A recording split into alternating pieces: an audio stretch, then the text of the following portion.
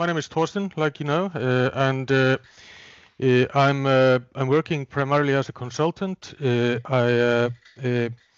And mostly in the field of planning and budgeting and performance measurement. So I work on diverse projects with companies. I also have a small software company that provides solutions that we use for this purpose. And then I sit on the board of some companies also. The leadership style in Iceland is relatively relaxed. Is that Icelandic companies are generally quite small. So you don't really have the same distance between the leader and the rest of the employees.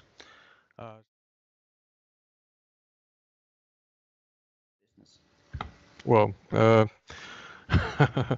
think this is a very good point, because there's a lot of talk about gender equality in Iceland, and Iceland is considered to be quite have come quite far with gender equality. But the fact is that even if the salary gap is very small and almost non-existent in Iceland, generally, the number of women in high-ranked positions is still quite low, actually. And for example, in the companies, listed companies in the Icelandic stock market, I think there's it's 2 women, maybe, you know, which is very low, actually. So so I would say that even if we have come quite far in terms of salaries, then there is still this glass roof existing when it comes to top positions. That's with the Icelandic. It's more that that people are very soon, after you meet them, they become very familiar. So they communicate with you as if they've known you for a long time, and they get quite personal, and that's very common in Iceland. The reason for it is probably that that's a very small community where people more or less know each other, and then you meet a person and you know, after talking to them for 10 minutes, you will find out that you have some common acquaintances, you have some family ties, whatever, you know. It's a very small community. So I think this is the reason for this. But it's but this familiarity and also the lack of formality, because people are very informal in Iceland. And I can tell you a story about this that explains it a little bit. It happened many years ago when we had, well, incidentally, because we were talking about gender equality, we did have the first elected woman president in Iceland once upon a time. And once she was having a meeting with the Prince of Wales, whom she had never met before.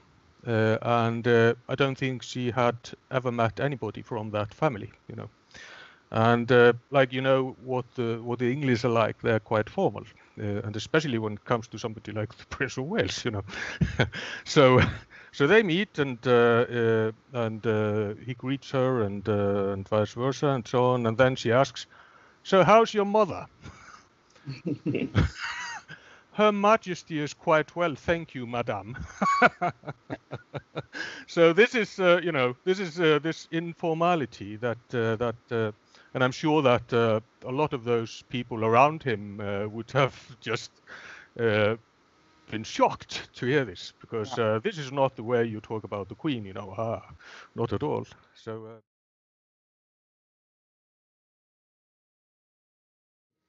I think it's the same, basically, you know.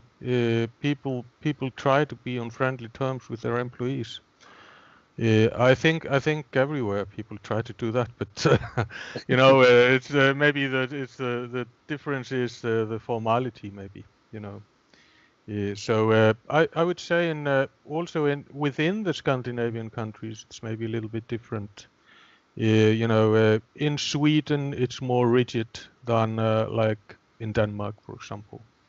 You know, so there's a little bit of cultural difference between the countries, but generally, you know, I would say here it's quite similar.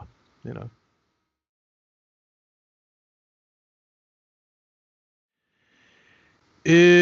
Yes, I would say so. I would say so. That you know, it's well, this is really you're touching upon something that is a dilemma generally in management, which is it's the conflict between the command and control approach, where you set the rules and you give the directions from the top, and you expect people to follow them, and then the democratic but trusting approach towards the employees, and this is an endless dilemma. In the Scandinavian countries and in some other countries, you know, maybe more in Northern Europe than in Central Europe or Southern Europe, I think you have, you know, people are trying to delegate. People are and people understand that to achieve the best results with your company, you have to give people some autonomy, you know. And you can think about it like this: we try in the companies, we try to hire the best people. We try to hire people whom we can trust with making clever decisions, you know. But then very often, and in old-fashioned companies, it's very often the case, they come into an environment where they're not trusted to make any decisions, you know. So then you can ask why, you know, why make all this effort to hire those top people if you're just going to treat them like this?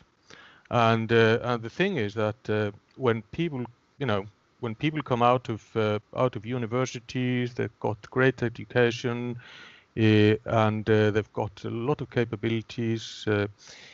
They expect to be able to make the most of this, you know. So if they go into a company where they're just, you know, they have to stand and sit, as the manager says, and they don't have any autonomy, and there's no delegation, they're not going to last in that company, you know.